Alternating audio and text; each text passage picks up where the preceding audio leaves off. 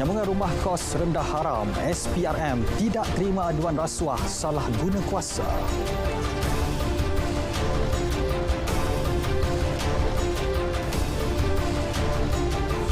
Kampangan hidroelektrik Nenggiri pembinaan dapat sokongan komuniti setempat.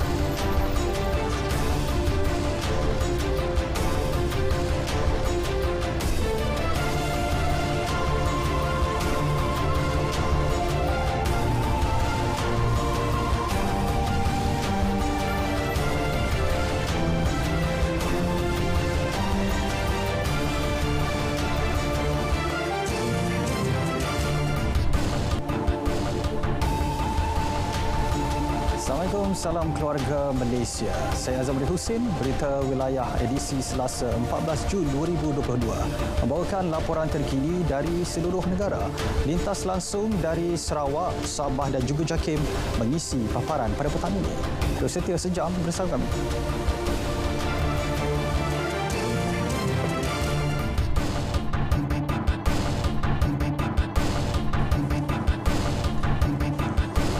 Saudara, prasyarat bagi kejayaan sesebuah negara bergantung kepada masyarakat dan tenaga kerja yang jujur, amanah dan berintegriti. Yang di-Pertuan Agong Al-Sultan Abdullah Riayatuddin Al-Mustafa Billah Shah bertitah usaha memperkukuh integriti nasional dan etika amalan kerja baik oleh setiap warga negara hendaklah dipupuk dan dibentuk di setiap institusi pengajian tinggi seluruh negara.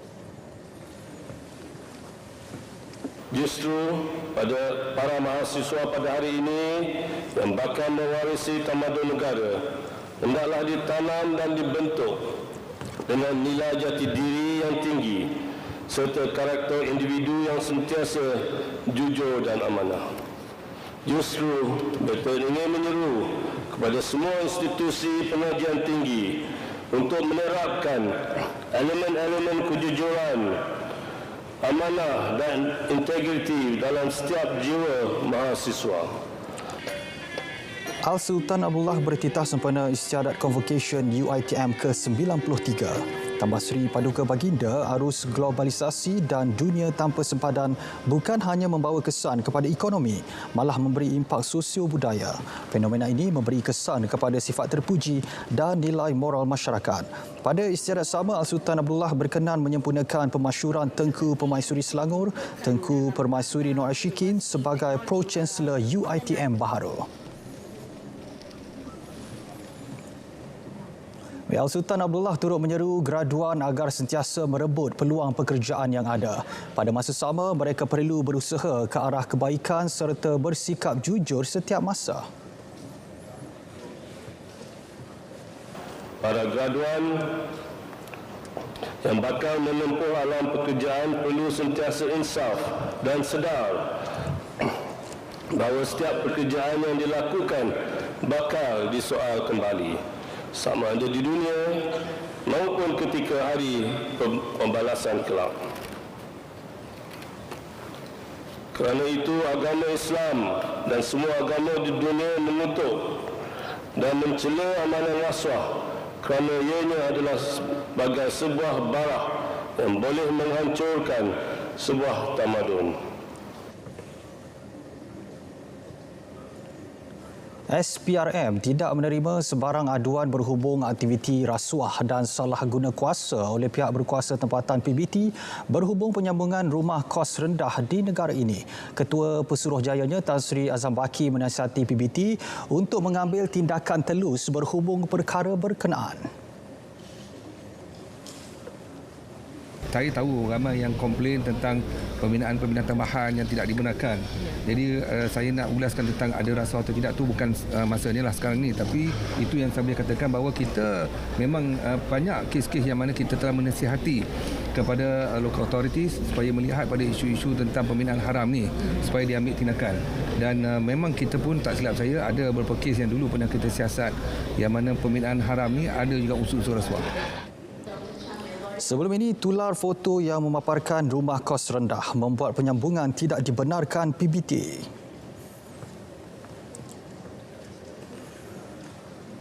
Pembinaan empangan hidroelektrik negeri di Gua Musang, Kelantan yang dilaksana berdasarkan beberapa kajian akan diteruskan. Ia berteraskan 3 matlamat utama iaitu sebagai penjanaan elektrik, tempatan banjir serta sumber air bersih selain bagi tujuan pelancongan. Ini dinyatakan Menteri Tenaga dan Sumber Asli Datuk Seri Taqiyuddin Hassan. Kajian penilaian kesan alam sekitar, penilaian impak warisan dan penilaian impak sosial telah dijalankan. Malah Suruhanjaya Hak Asasi Manusia turut dilibatkan sebagai orang tengah antara masyarakat orang asli di kawasan terlibat dengan kerajaan dan TNB. Orang asli di perkampungan yang terlibat di hidro negeri ini, beberapa kampung, 3 kampung, telah diberikan tempat penempatan dengan pembiayaan daripada kerajaan dan juga TNB sendiri. Juga bukan saja diberikan perumahan tetapi juga tapak kebun dan juga segala kemudahan sosial, sekolah dan sebagainya. Pembinaannya turut mendapat sokongan lebih 80% responden berdasarkan kajian dan ketika ini tiada sebab untuk kerajaan menghentikan pembinaannya. Kementerian Alam Sekitar dan Air akan terus memantau kegiatan perlombongan Lintonite yang akan dilaksanakan di Hulu Perak. Menterinya Datuk Seri Tuan Ibrahim Tuan Man berkata, walaupun projek perintis tersebut telah mendapat kelulusan penilaian kesan kepada alam sekitar EIA, namun masih perlu dilakukan pengawasan. Pematuhan syarat kelulusan laporan EIA penting bagi melancarkan aktiviti perlombongan sepanjang projek agar tidak memberi kesan negatif kepada alam sekitar. Saya difahamkanlah sebagai satu pilot projek. Cuma dalam konteks EIA, mereka mohon bila mereka mematuhi semua syarat-syarat EIA, mereka dapat kelulusan EIA.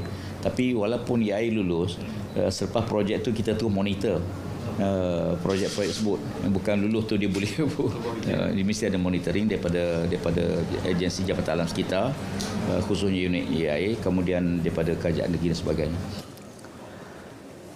Ketika ini kerja-kerja melombong sumber mineral baharu itu masih belum dimulakan.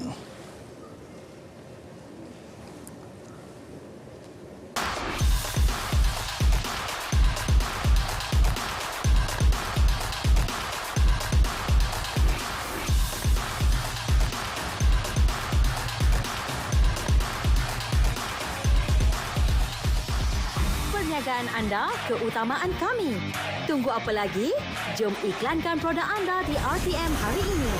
Scan kod QR Tertera atau hubungi kami untuk maklumat lanjut. RTM, teman setia anda.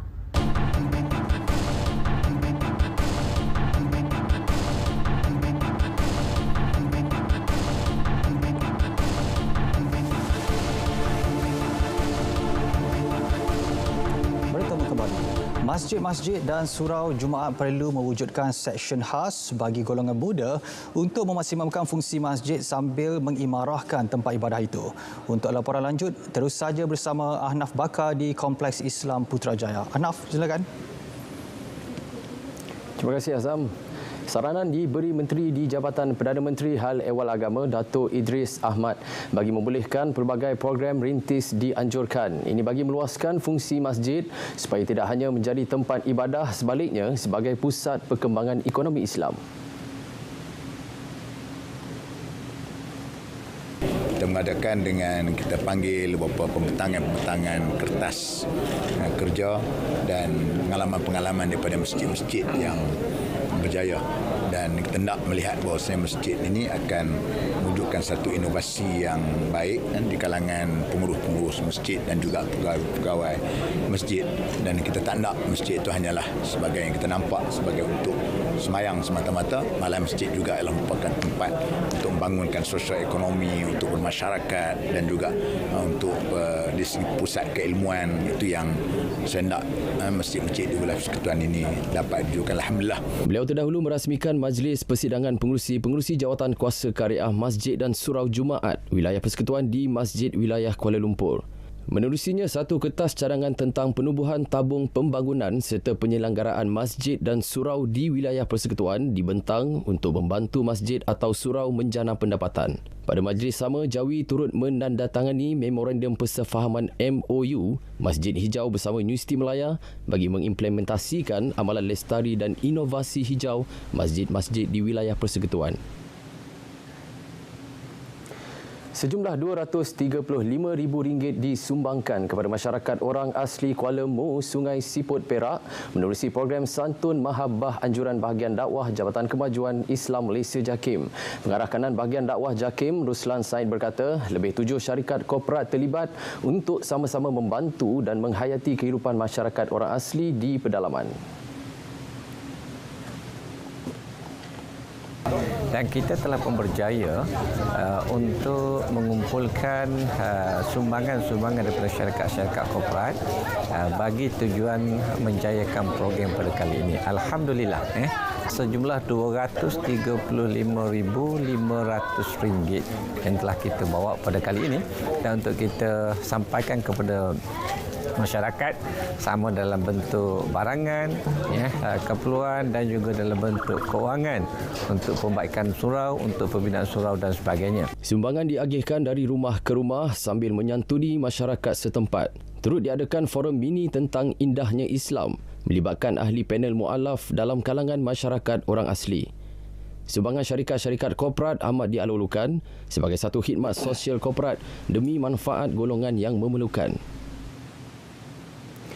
Pameran 14 dinasti dan satu wilayah bertemakan sejarah dan kebudayaan dunia Islam menjadi platform menyatukan artifak-artifak penting dalam pemerintahan Islam.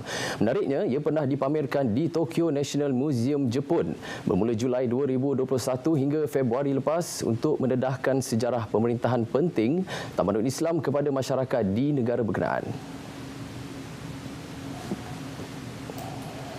Menurut Kurator Muzium Kesenian Islam Malaysia MKIM, Suhaila Muhammad Nazaruddin, walaupun pameran di Jepun berlangsung dalam tempoh pandemik di Tokyo, ia berjaya menarik 125,000 pengunjung. Pameran ini menceritakan tentang apa keistimewaan yang kita boleh tengok daripada zaman dahulu, zaman wujudnya Islam pada zaman dahulu dan bagaimana proses mereka menghasilkan.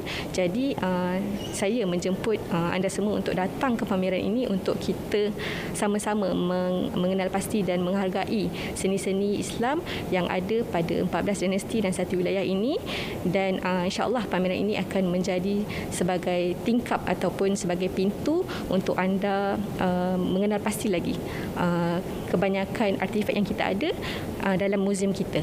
Kisah artifak yang menjangkau usia 1000 tahun itu bermula dengan zaman Rasulullah SAW dan berakhir dengan pemerintahan dinasti Uthmaniyah di Turki dan Qajar di Iran pada awal abad ke-20 Masihi. Kini artifak-artifak tersebut boleh disaksikan di pameran yang sedang berlangsung di Muzium Kesenian Islam Malaysia Kuala Lumpur sehingga 16 Oktober depan. Bahan itu tadi mengakhiri lintas langsung dari Kompleks Islam Putrajaya. Kembali ke Angkasa Puri untuk bahan berita selanjutnya. Assalamualaikum. Ya, baik. Terima kasih Ahnaf dengan laporan dari JAKIM.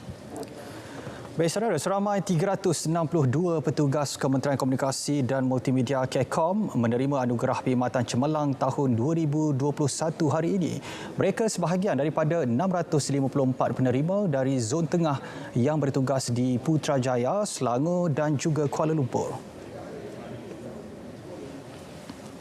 Ini pertama kali Fiona mendapat penghargaan. Terima kasih kepada pihak pengurusan yang memberikan anugerah ini dan sudah pastinya dengan adanya anugerah ini akan membakar lagi semangat untuk melakukan yang terbaik dan juga dengan harapan memberi semangat juga kepada rakan-rakan yang lain untuk memberikan yang terbaik untuk jabatan, agensi dan kementerian. Dengan adanya anugerah perkhidmatan cemerlang ini, staf akan berasa lebih bermotivasi lah untuk memberi perkhidmatan lebih dan cemerlang kepada rakyat. Saya di RTM sejak 2003 dan ini adalah anugerah kedua. Pertama pada tahun 2013 dan alhamdulillah lah tahun ni untuk tahun 2021 lah. Sebenarnya kita bekerja ni sebagai satu ibadah lah kan, satu amanah dan kita jalankanlah sebaiknya dan kita berusaha untuk sentiasa meningkatkan prestasi diri. Tapi sebenarnya Trafai ini bukan saja kepada diri saya sebenarnya. Sebenarnya kami di Bilik Berita bekerja sebagai satu tim. Jadi secara simboliknya Trafai ini adalah penghargaan kepada tim Bilik Berita sebenarnya. InsyaAllah saya akan teruskan kerjaya, insyaAllah dengan sebaik mungkin, dengan dorongan juga daripada kawan-kawan, tak kira senior, junior kan.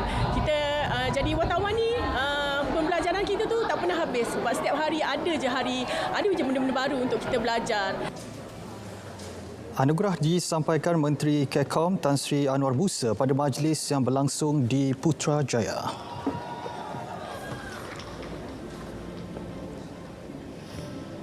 Baik, berita ehwal semasa RTM memenangi anugerah juri kategori Media Elektronik SPRM 2021. Menerusi laporan berita wartawan Grace Aisyah Kedayan, anugerah diterima menerusi berita bertajuk Datuk Antara ditahan godam data imigresen dan cetak PLKS palsu. Alhamdulillah, terima kasih kepada SPRM untuk penganugerahan juga kepada untuk menghargai media dalam melaporkan berita-berita berkaitan dengan rasuah. Bak kata KP Tan Sri Datuk Sri Azam Baki tadi, kita sebagai media kena melaporkan berita berkaitan dengan rasuah tanpa rasa takut ataupun tanpa rasa gerun dengan mana-mana pihak, walaupun mereka berpangkat datuk sekalipun, kerana rasuah itu akan mencemarkan integriti negara. Ketua Pesuruhjaya SPRM Tan Sri Datuk Sri Azam Baki berkata, kerjasama antara media dan pihaknya amat digalakkan bagi mendedahkan eksploitasi, salah guna kuasa dan korupsi dalam masyarakat.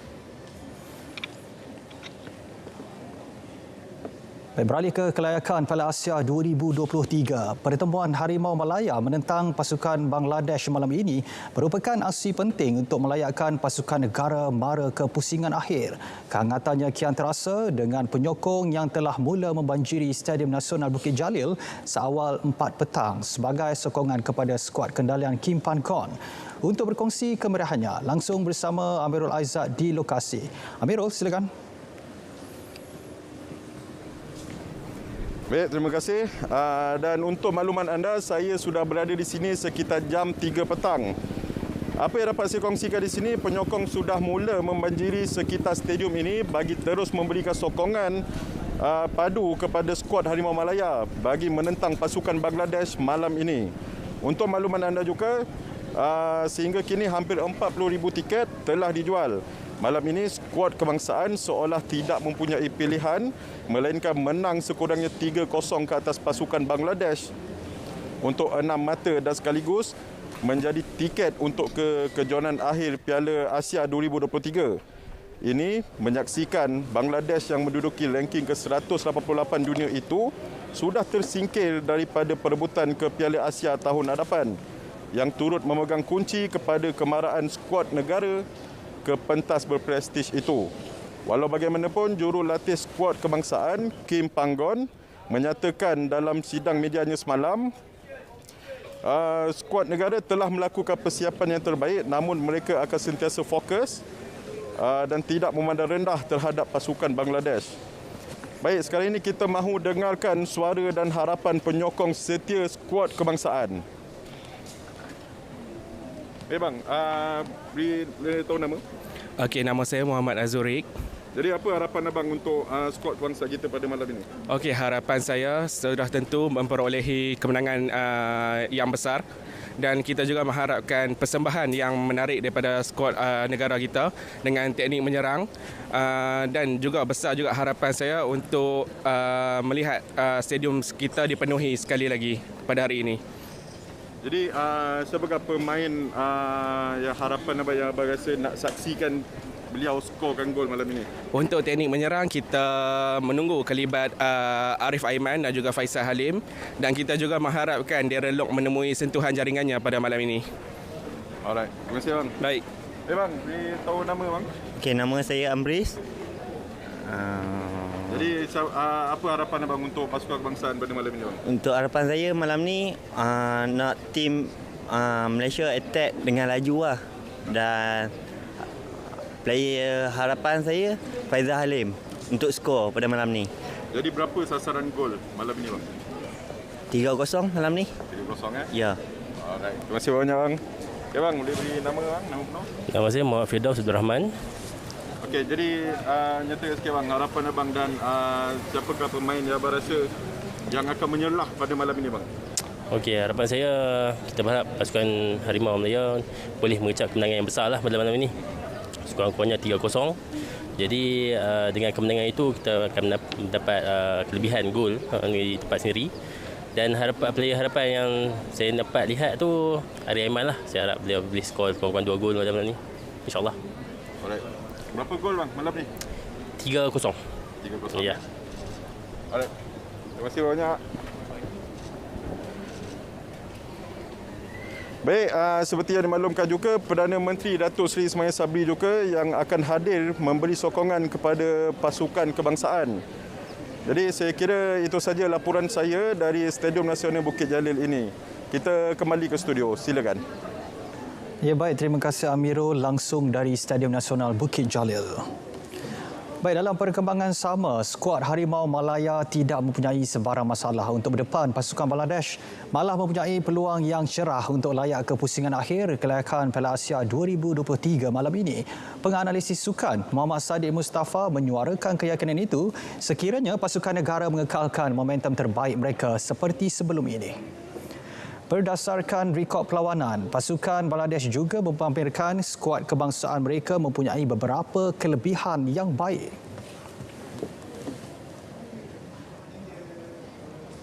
Potensi untuk menang dengan Bangladesh daripada rekod-rekod yang lampau, kita tidak punya masalah untuk melawan dalam mendapatkan kemenangan sekiranya setiap pemain yang diberikan kepercayaan oleh Coach Kim dapat menonjolkan semangat yang sama, prestasi yang sama semasa mereka bertemu dengan Turkmenistan dan Bahrain yang baru-baru ini.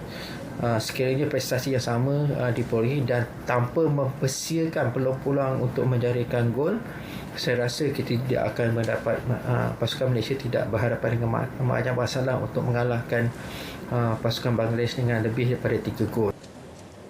Beliau yang juga pensyarah kanan Fakulti Sains Sukan dan Rekreasi UiTM turut memuji transformasi positif yang telah dilakukan oleh Ketua Jurulatih Kim Pan Gon. Antara perubahan yang berjaya dilakukan, semangat berpasukan, tingkah laku dan juga disiplin kepada barisan pemain utama yang telah diberikan amanah. Baik saudara, berita wilayah diteruskan dengan perkembangan cuaca semasa bersama Pegawai Met Malaysia Nur Farha Abdul Halim. Saksikan.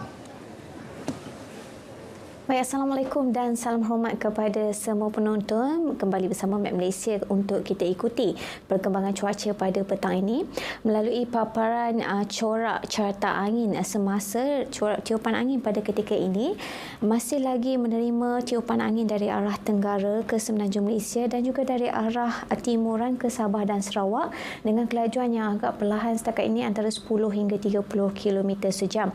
Dan kawasan penumpuan angin lebih tertumpu di bahagian utara semenanjung Malaysia setakat ini dan dijangkakan ia akan berterusan untuk tempoh 1 hingga 2 hari dari sekarang. Keadaan cuaca di lautan negara kita setakat ini adalah baik dan tiada sebarang amaran angin kencang dan laut bergelora yang telah dikeluarkan oleh Met Malaysia. Seterusnya kita lihat kepada paparan imej gema radar untuk tinjauan semasa. Pada ketika ini di bahagian utara semenanjung Malaysia dapat diperhatikan terdapat kelompok awan aktif yang membawa kepada hujan dan ribut petir di beberapa tempat terutamanya melibatkan negeri Perak, Kedah dan juga di Pulau Pinang. Keadaan cuaca lembap ini dijangkakan berterusan sehingga ke malam nanti, manakala keadaan cuaca di bahagian pedalaman Pahang ini dijangkakan akan mula reda dalam tempoh 1 hingga 2 jam dari sekarang. Kami menjangkakan keadaan cuaca di seluruh Selangor termasuklah wilayah Persuan Kuala Lumpur dan Putrajaya Negeri Sembilan, Melaka dan juga Johor adalah cerah sehingga ke lewat petang nanti dan juga ke awal malam nanti. Manakala di sekitar Kelantan dan juga Terengganu, hujan di 1-2 tempat yang lebih tertumpu di bahagian pedalaman dan juga di sekitar bahagian selatan.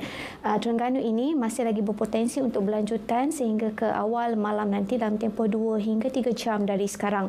Kita perhatikan kepada Sabah dan Sarawak pula dapat dilihat dengan jelas untuk Sabah, hujan dan ribut petir yang masih lagi berpotensi melalui pergerakan daripada pedalaman negeri Sabah menuju ke bahagian pantai barat Sabah.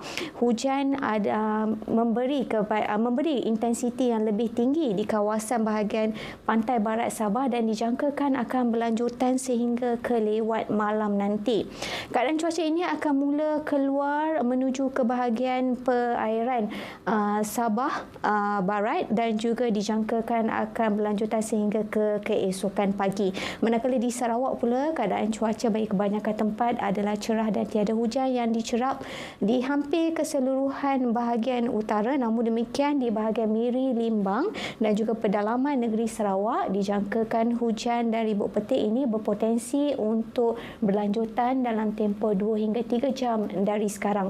Sekian saja informasi cuaca untuk kali ini. Sebarang maklumat terkini berkenaan dengan cuaca, anda boleh layari laman sesawang kami di www.met.gov.my, Facebook, Instagram dan juga Twitter rasmi Met Malaysia. Sekian dari saya, kita lihat kepada paparan ramalan cuaca bagi bandar-bandar utama di seluruh Malaysia sepanjang malam nanti. Assalamualaikum.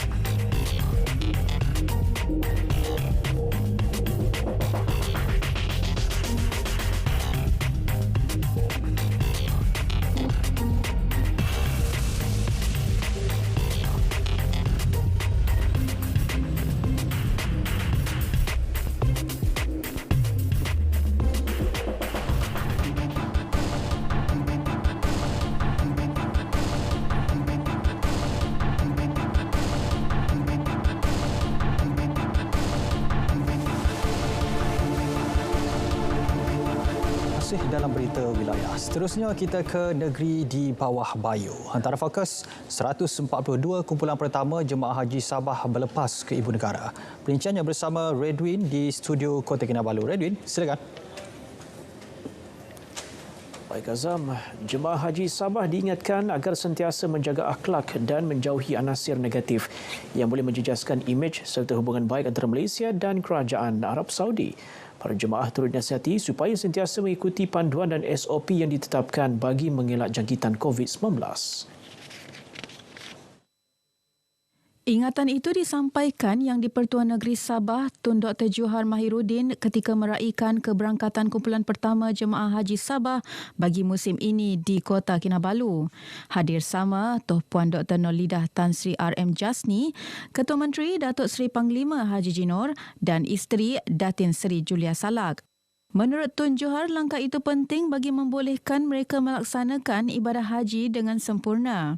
Dalam pada itu, mengambil iktibar daripada pelaksanaan ibadah haji, Tun Johar mahu umat Islam khususnya di negeri ini terus bersatu hati tanpa melihat perbezaan yang boleh memecah belahkan kesatuan ummah. Seramai 142 jemaah haji dari Sabah berlepas ke Kuala Lumpur semalam sebelum meneruskan penerbangan ke Tanah Suci. Untuk tahun ini, seramai 284 bakal jemaah haji Sabah terpilih menunaikan rukun Islam kelima itu. Perkhidmatan awam diminta terus memudayakan inovasi dalam menyampaikan perkhidmatan berkualiti dan berani serta agresif dalam membuat penambahbaikan demi Sabah maju jaya. Ia sejajar dengan matlamat Kerajaan Sabah yang memberi tumpuan kepada usaha mewujudkan negeri mesra pelapor bagi menarik pelaburan asing ke negeri ini. Ketua Menteri Datuk Seri Panglima Haji Jinor berkata menerusi perkhidmatan berinovasi sudah pasti akan mendorong keyakinan komuniti pelabur antarabangsa terhadap prospek pertumbuhan sekaligus meningkatkan ekonomi negeri. Datuk Haji Ji berucap merasmikan Majlis Anugerah Inovasi Sektor Awam Sabah AISAS dan pelancaran buku panduan Anugerah Inovasi Sektor Awam Sabah di Menara Kinabalu. Menurut Datuk Haji Ji, kerajaan turut menjadikan inovasi sebagai salah satu agenda utama dalam memperkasa sektor awam Sabah. Antaranya dengan pelaksanaan program AISAS 2021 yang membudayakan inovasi iaitu menggunakan pendekatan secara hibrid di mana kaedah bersemuka dan secara dalam talian dipraktikkan mengikut kesesuaian keadaan. Anugerah Inovasi Sektor Awam Sabah AISAS tahun 2021 menerima 159 penyertaan daripada agensi kerajaan persekutuan dan kerajaan negeri. Memang gembiralah kan, sebab ini adalah kali kedua kalau saya tidak silap lah. Sebab yang tahun lepas pun menang juga, cuma anugerah Kasto tidak dapat, cuma Johan sajalah kami dapat. Untuk yang tahun ini dikira macam nasib baik dan juga rezeki. Satu lagi gembiralah.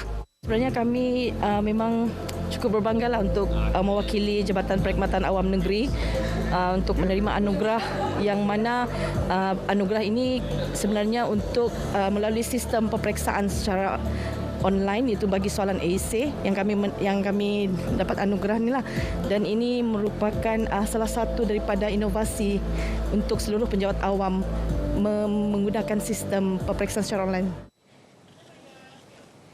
Agensi Penguatkuasaan Maritim Malaysia Sabah berjaya menahan sebuah bot nelayan Vietnam disyaki kapal induk atau mothership penangkapan sotong di perairan Kudat Sabtu lalu. Bot berkenaan dikesan KM Arau yang sedang menjalankan tugas op kuda laut di kedudukan 118 Batu Nautika Barat Laut, Tanjung Simpang, Mengayau, Kudat. Pemeriksaan lanjut mendapati 42 anak kapal termasuk tekong warga Vietnam berumur 18 hingga 58 tahun berada dalam bot itu yang membawa 3 tan hasil laut iaitu sotong kering bernilai kira-kira RM90,000. Menurut Pengarah Zon Maritim Kudat, Komander Maritim Maurice Granville Abiratne, bot tersebut beroperasi secara haram di perairan negara selepas gagal menunjukkan dokumen berkaitan. Bot nelayan asing Vietnam tersebut telah dikesan oleh KM Arau ketika sedang leka mengaut hasil laut negara Tanjung Simpang Mengayau Kudat pada hari Sabtu yang lepas sekitar jam 12 tengah hari. Semasa proses penahanan dan penangkapan dilakukan, bot nelayan tersebut telah bertindak agresif dengan melanggar dan merempuh KM Arau. Bercakap kepada media di Kudat, katanya bot ini beroperasi dengan melepaskan sampan-sampan kecil untuk menangkap sotong sebelum hasilnya dikumpul pada kapal induk tersebut. Kesemua anak kapal ditahan dan hasil rampasan dianggarkan bernilai RM1.5 juta dibawa ke Jetty Zon Maritim Kudat untuk siasatan lanjut.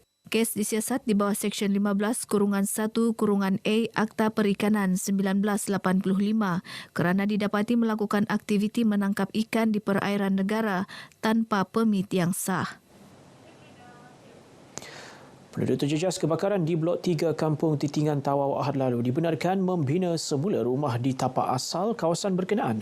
Bagaimanapun, rumah yang dibina perlu mendapat kelulusan pihak berkuasa tempatan PBT.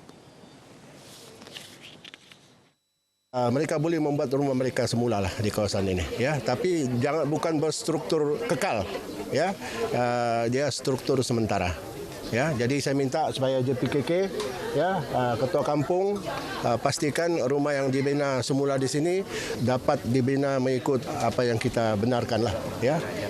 Berjarak-jarak dan jangan terlalu dekat-dekat.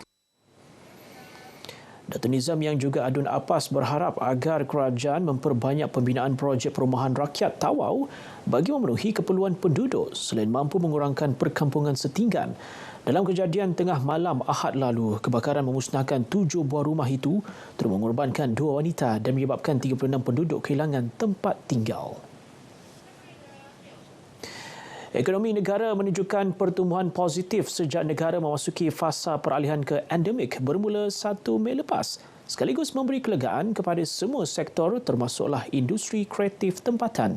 Rata-rata peniaga ditemui menyifatkan fasa peralihan ke endemik ini memberi nafas baharu kepada mereka untuk menjana semula pendapatan menerusi industri kreatif tempatan. Ikuti perkongsian beberapa peniaga Jesselton Artisan Market JEM di The Walk Riverson, Kota Kinabalu. Respon setakat ini memang sangat memberangsangkan, terutamanya selepas Kementerian Komunikasi membuat event Riuh Bar di SICC Kota Kinabalu baru-baru ini. Kami mendapat pelanggan yang di luar jangkaan yang sangat meriah. So kami nampak sokongan daripada masyarakat tempatan itu memang sudah sangat meningkat. Mungkin juga lama tidak keluarkan, jadi pelanggan tu makin bertambah. Dan diharap keadaan ini akan berterusan dan kami juga dapat menjana pendapatan seperti biasalah sebelum ini. Diharapkan keadaan global pada masa ini akan bertambah baik dengan keadaan yang sebelum inilah. Tidak ada penyakit, tidak ada jangkitan dan semualah. Diharap semua bertambah baik dan ekonomi kita juga akan bertambah maju. Saya punya pendapatan naik balik, kira macam lebih dari 100%. Jadi actually saya sangat berterima kasih kepada kerajaan sebab mengumumkan fasa endemik di mana kami yang di industri kreatif ni kan dibenarkan untuk menjual di luar dan bukan mengharapkan online saja. Saya harap kamu menyokong dan membantu industri ini untuk membangun. Dalam pada itu, pengerusi penganjur JEM Aaron Lam berkata selepas peralihan fasa ke endemik, sambutan pengunjung ke JEM sangat menggalakkan dan peniaga turut bertambah disebabkan beberapa kelonggaran prosedur operasi standard yang diumumkan kerajaan. Kita boleh bawa lebih banyak vendor sebab dulu because ada penjarakan ya, jadi kurang sikitlah booth tapi sekarang lebih banyak ya. Ya, saya rasa people are more willing to come out, people are more willing to come out to support the vendors, to make this a hangout place and all that. So not bad. Ya. Jadi kami berharap lebih ramai orang akan keluar datang sini ke JEM dan support your local artisans, your local vendors ya. JEM beroperasi hari Ahad minggu pertama setiap bulan bermula 12.30 hari hingga 6 petang. Sekian paparan berita dari negeri di bawah Bayu. Teruskan kesediaan anda bersama kami dalam Berita Wilayah. Dan untuk berita seterusnya, kita kembali semula bersama Azam di Angkasa Puri. Silakan Azam. Ya, terima kasih Redwin langsung dari Sabah. Baik, berita wilayah berehat seketika, kita bertemu selepas ini. Bahasa Melayu adalah bahasa ilmu, tetapi penggunaannya berkurangan kerana tidak ada terjemahan buku-buku untuk sebagai ulang kaji dan juga sebagai buku yang khusus untuk digunakan di sekolah, di universiti dan sebagainya. Jadi sebab itulah saya harap Institut Terjemahan selepas ini akan lebih proaktif dan kerajaan akan memperkasakan Institut Terjemahan dan Buku Malaysia ataupun TBM. Baik, saudara, pelawak legenda Hamid Gurkha 90 tahun mengembuskan nafas terakhir di Hospital Tengku Ampuan Rahimah Klang akibat penyakit TB dan beberapa komplikasi lain pada pukul 2.19 petang tadi. Berita pemergian Allahyarham Hamid atau nama sebenarnya Abdul Hamid Abdul Rahman disahkan anak bongsunya Nur Ashita Hamid. Dia meninggal pukul 2.19 tadi. Doktor cakap sebab oksigen dah tak boleh support badan dia, stop semua. So dia punya masa sebelum diorang panggil tu, diorang cakap bapak memang dah ada kritikal lah. Tapi diorang ingat diorang boleh macam save. So kita pun masih kat hospital sini lagi, dekat Tengku Ampuan Rahimah Kelang. Jenazah Allahyarham ketika ini masih berada di hospital untuk melalui beberapa prosedur. Segala urusan pengebumian akan dimaklumkan kemudian.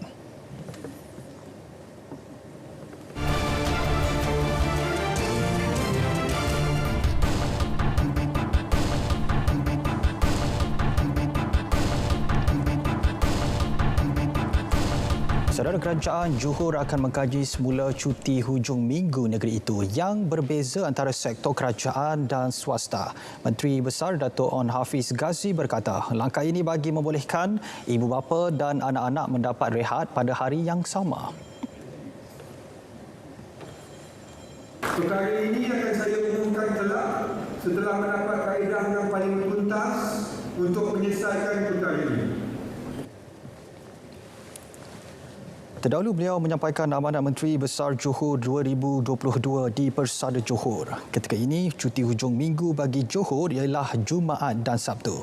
Pada 2013, Sultan Johor Sultan Ibrahim Sultan Iskandar menitahkan pertukaran cuti hujung minggu negeri Johor pada Sabtu dan Ahad kepada Jumaat dan Sabtu berkuasa 1 Januari 2014.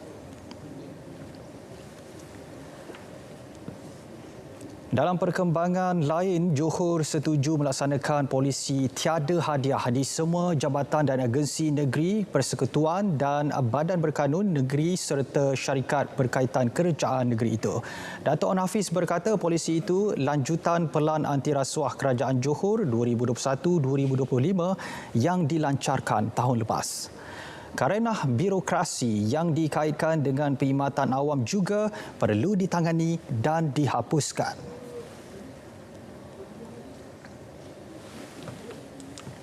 Kita tidak dapat lari daripada persoalan tentang integriti dan rasuah dan penyalahgunaan kuasa. Saya percaya no-give policy ini akan menjadi satu langkah permulaan yang baik kepada kita semua dalam usaha mengukuhkan budaya kerja berintegriti dan berkualiti.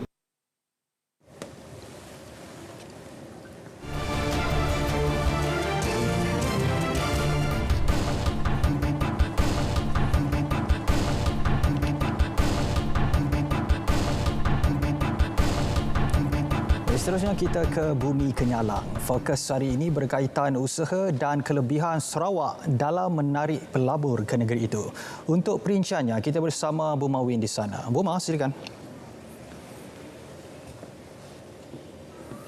Ya Azam, untuk itu Sarawak mempelawa Amerika Syarikat untuk melabur dalam pelbagai industri baharu yang diwujudkan di negeri ini. Timbalan Menteri Tenaga dan Kelestarian Alam Sekitar, Dr. Hazlan Abang Hibni berkata, dengan dasar mesra pelabur yang ditawarkan Sarawak, negeri ini mempunyai kelebihan dalam menyediakan landasan perniagaan yang kompetitif. The labour cost is also quite competitive as compared to other countries. And also we have the special scheme for free trade zone, whereby they can either lease the land, long-term lease, or they can purchase the land at a very subsidized rate. Dr. Azlan bercakap kepada media selepas Majlis Pelancaran Inisiatif Pemimpin Muda Asia Tenggara YSILI Bengkel Hubungan Wilayah di Muzium Kebudayaan Borneo Kuching. Dalam pada itu, pemangku duta di Kedutaan Amerika Syarikat Michael Newbill berkata, Amerika telah pun mempunyai sejumlah syarikat yang telah bertapak di Sarawak.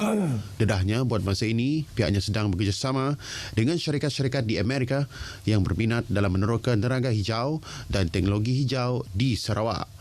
Malah beliau memuji usaha negeri ini dalam pembangunan ekonomi digital. Sarawak has a very determined project to bring digital connectivity to the state under SDEC and many of the other initiatives sponsored by the Premier. Beliau sebelum itu merasmikan pelancaran program 5 hari yang bermula semalam hingga 17 Jun. Ia melibatkan belia-belia dari 11 buah negara di Asia Tenggara termasuk Timor Leste. Perbadanan Perhutanan Sarawak SFC dan Sarawak Energi Berhad SEB telah menandatangani Memorandum Persefahaman MOU untuk menjalankan penanaman dan perlindungan pokok serta mengadakan projek penyelidikan berkaitan biodiversiti. Ketua Pegawai Eksekutif SFC Zulkifli Muhammad Atun dan Ketua Pegawai Eksekutif SEB Datuk Syarbini Suhaili menandatangani MOU itu pada majlis yang diadakan di Rizab Semulajadi Samajaya di Kuching, disaksikan oleh Premier Sarawak Datuk Patinggi Tan Sri Abang Johari Tonopeng.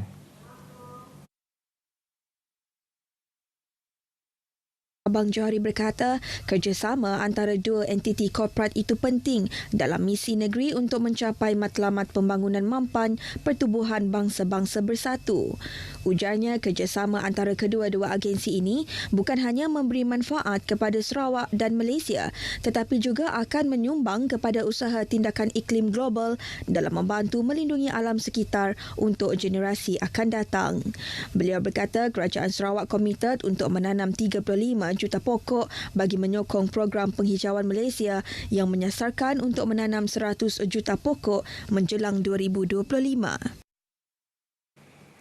Bekalan darah di Tabung Darah Hospital Umum Sarawak HUS adalah mencukupi dan berada pada paras selamat iaitu melebihi 1,000 pin darah. Menurut Ketua Jabatan Perkhidmatan Transfusi dan Bank Darah HUS, Dr. Muhammad Mazrin Abang Daud, kini terdapat peningkatan sebanyak 20% penderma darah tampil untuk menderma. Peningkatan ini adalah berikutan kelonggaran prosedur operasi standard SOP COVID-19 dan masyarakat mula menjalankan aktiviti harian seperti biasa. Di samping itu juga, bekas pesakit COVID-19 juga boleh menderma yang mana bagi pesakit di bawah kategori 1 dan 2 boleh menderma selepas 10 hari disahkan negatif. Manakala bagi pesakit dalam kategori 3, 4 dan 5 boleh menderma selepas 6 bulan bebas dari COVID-19. Dr. Muhammad Masrin berkata demikian kepada media selepas sambutan Hari Penderma Darah Sedunia peringkat Hospital Umum Sarawak yang dirasmikan oleh Timbalan Pengarah Perubatan 1 HUS, Dr. Hajah Hayati Jaafar. Beliau menambah Sarawak setakat ini mempunyai seramai 55,000 penderma sukarela. Di Hospital Umum Sarawak, seramai 70 penderma sehari diperlukan untuk membekalkan sebanyak 70 beg darah kepada pesakit yang memerlukan. Justru itu, sambutan Hari Penderma Darah Sedunia yang disambut setiap tahun pada hari ini adalah bagi mengiktiraf dan menghargai usaha mereka yang tampil untuk menderma darah sekaligus memastikan bekalan darah mencukupi bagi kegunaan pesakit di hospital. Festival Muzik Hutan Hujan Sedunia RWMF 2022 yang bakal memeriahkan semula Bandaraya Kuching hujung minggu ini mendapat sambutan menggalakkan di sebalik masih wujudnya kebimbangan untuk mengembara akibat pandemik COVID-19. For Rainforest World Music Festival, we are only targeting 12,000 for this year, and so far we have managed to sell 7,000 tickets, which is already very good. Beliau berkata demikian dalam sidang media sempena pelancaran buku Rainforest World Music Festival A Journey of 25 Years di Kuching hari ini. Beliau turut memberitahu festival kali ini akan menampilkan 60 persembahan secara fizikal dan maya dari pelbagai negara termasuk Madagaskar, Estonia selain persembahan khas daripada Ukraine. Tambahnya, ia merupakan persembahan terbanyak pernah diadakan sebelum ini. Terdahulu, beliau memberitahu buku hasil penulisan Gracie Gike dan Karen Shepherd itu mengisahkan secara terperinci dari sudut pandangan ramai personaliti yang terlibat dalam RWMF selama ini. Beliau menyifatkan festival tersebut adalah lain daripada yang lain kerana ia mencerminkan semangat kesetiaan baik daripada kalangan peminat maupun para ahli muzik terlibat yang hadir setiap tahun menjadi antara intipati menarik dalam buku setebal 70 muka surat itu. Buku berkulit keras itu sedia untuk dijual semasa penganjuran RWMF yang akan bermula pada Jumaat ini. Dasar kebudayaan negara DAKEN perlu dijunjung sebagai satu panduan dalam melaksanakan pelbagai agenda dan rancangan pembangunan budaya di semua peringkat lapisan masyarakat di Malaysia. Pengarah Jabatan Kebudayaan dan Kesenian Negara JKKN Sarawak, Nur Sila Nur Sulaiman berkata, ini penting kerana dasar berkenaan merupakan usaha kerajaan dalam memelihara dan memulihara warisan budaya ke arah menjamin ketinggian nilai estetika khazanah negara. Ini termasuk dari aspek penyelidikan serta pendokumentasian bagi memastikan keaslian dan kelangsungan budaya. Beliau berkata demikian pada perasmian sesi Jirayawara Dasar Kebudayaan Negara DAKEN peringkat Kuching. Sehubungan itu, Nur Sila menyeru setiap agensi di peringkat negeri dan persekutuan untuk memainkan peranan aktif sebagai jurucakap DAKEN agar dasar tersebut dapat dihayati, didokong dan menjadi garis panduan oleh semua pihak, terutama terutamanya dalam hal ehwal kebudayaan. Menurut beliau, penghayatan dasar tersebut akan memberi impak positif bagi memastikan kelestarian seni, budaya dan warisan terus terpelihara agar dapat dikongsikan bersama generasi akan datang. Lebih 200 peserta terdiri daripada penggiat budaya dan industri di Sarawak hadir mendengar taklimat mengenai dasar berkenaan pada majlis tersebut. Taklimat itu disampaikan Setiausaha Bahagian Dasar Kebudayaan Kementerian Pelancongan Seni dan Budaya Malaysia, Dr. Tan Awang Besar. Baik saudara, sekian berita dari Sarawak. Kita kembali bersama Azam di Angkasa Puri. Silakan Azam.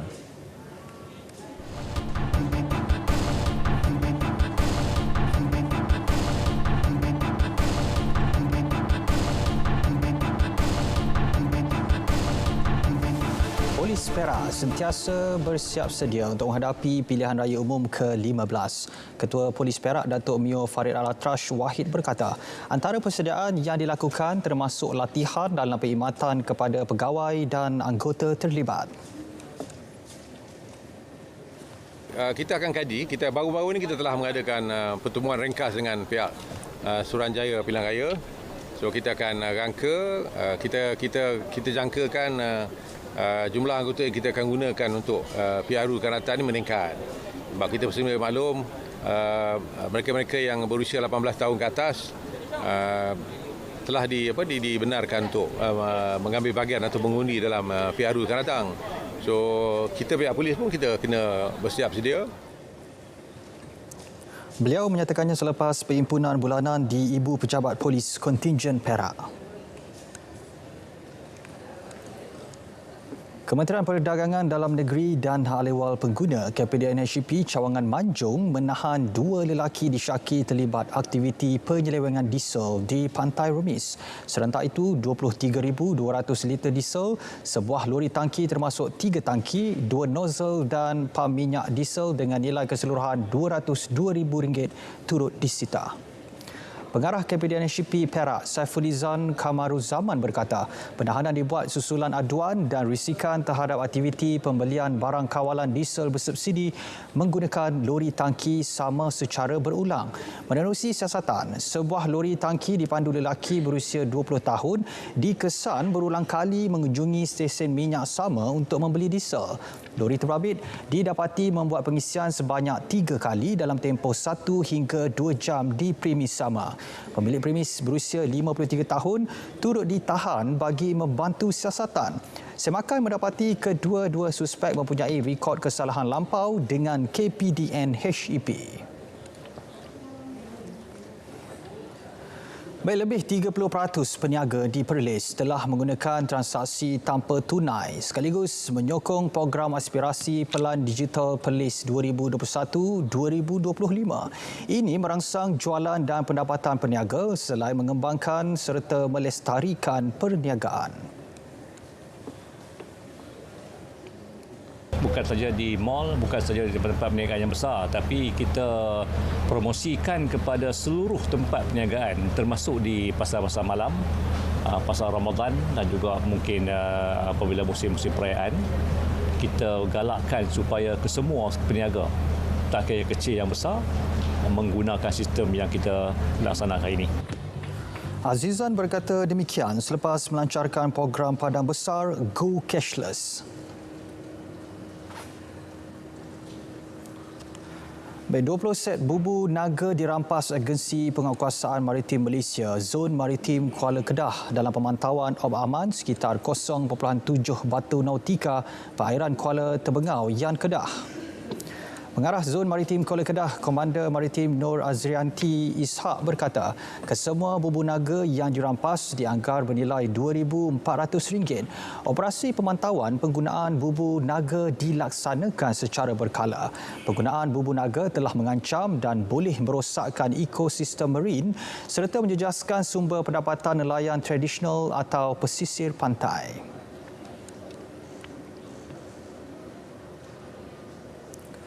Baja sebatian seberat 49,000 kilogram dirampas dalam 2 serbuan Kementerian Perdagangan Dalam Negeri dan Hal Ehwal Pengguna ke atas 2 gudang penyimpanan baja di Alustar. Pengarah Kabinet HDP Kedah, Afendi Rajini Khan berkata, dalam serbuan pertama semalam, pemeriksaan dibuat ke atas sebuah gudang yang disyaki menyimpan baja bersubsidi. Gudang tersebut mempunyai lesen borong untuk menyimpan baja dengan hak simpanan sebanyak 500 metrik tan baja. Namun, satu tindakan kes diambil kerana premis didapati tidak menyelenggara buku stok yang merupakan kesalahan di bawah Akta Kawal Bekalan 1961. Manakala serbuan ke atas gudang kedua di Simpang 4 Alustar mendapati kira-kira 49 kg baja bersubsidi berada dalam gudang tersebut. Hasil pemeriksaan lanjut mendapati baja berkenaan disimpan di tempat yang tidak dilesenkan.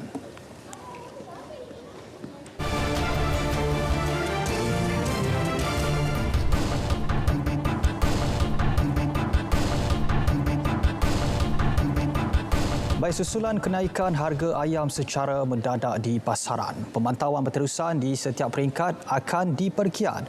Pengarah Kabinet HDP Terengganu Saharudin Muhammad Kia berkata, terdapat caj tersembunyi dikesan di setiap rantaian.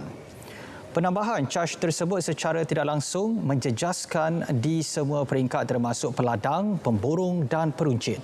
Antara caj tersembunyi yang dikenakan di peringkat peladang adalah upah tangkap ayam manakala pemborong mengenakan caj pengangkutan. Di peringkat ladang, pihak kerajaan telah memberikan subsidi untuk menampung kos tadilah, kos input bahan bekalan, input kos import bahan makanan dan sebagainya. Sepatutnya apabila dah terima subsidi berkenaan, sepatutnya harga tidak berlaku sedemikian. Mana harga tak berlaku peningkatan. Mana kita boleh dapatkan harga yang yang telah ditetapkan oleh kerajaan lah. Jadi kita nak lihat selepas ni, adakah ladang berkenaan sama ada dia dah terima subsidi ataupun tidak. Kalau terima subsidi, sepatutnya tidak berlaku sedemikian. Terdahulu, beliau mengadakan pemantauan di peringkat pemborong menerusi skim harga ayam di Kuala Nerus. Baik, projek Lebuh Raya Kota Baru Kuala Krai KBKK Pakej 2B dari Ketereh ke Kok Lannas sepanjang 6.2 km dikenal pasti mengalami kelewatan lebih 100 hari daripada jadual ditetapkan. Menteri di Jabatan Perdana Menteri Ekonomi Datuk Seri Mustafa Mohamad berkata, turut mengalami kelewatan ialah pembesaran dan naik taraf lapangan terbang Sultan Ismail Petra Pengkalan Cepa. Pembinaan Lebuh Raya KBKK bagi pakej berkenaan sepatutnya siap bulan lepas, manakala kelewatan berlaku terhadap pembinaan terminal baharu di LTSIP Pengkalan Cepa.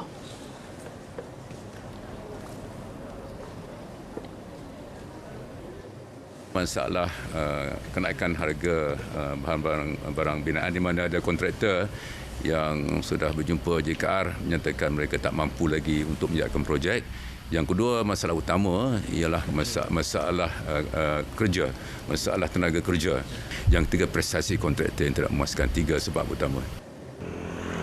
Pihak terlibat termasuk JKR Kelantan telah diminta mengambil langkah proaktif untuk mencari jalan penyelesaian bagi memastikan pelaksanaan kedua-dua projek dapat diteruskan dalam tempoh terdekat. Lebih 2,000 karton rokok seluduk pelbagai jenama tanpa cukai dengan nilai RM277,000 dirampas polis di sebuah rumah di Pengkalan Cepa, Kelantan.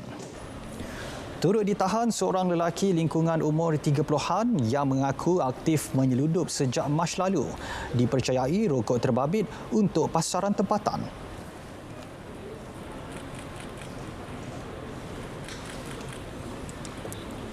Sudah dinasihatkan supaya jangan terlibat dalam sebarang kegiatan penyeludupan. Jika ada sebarang maklumat tentang penyeludupan, bolehlah berhubung dengan JSJ D9 IPK Kelantan untuk tindakan. Suspek direman 4 hari bermula semalam. Baik saudara, berita wilayah berakhir di sini. Dapatkan perkembangan sahih sepanjang masa melalui portal berita RTM di berita.rtm.gov.my. Saya Azamudin Hussein. Dengan itu, Assalamualaikum. Salam keluarga Malaysia.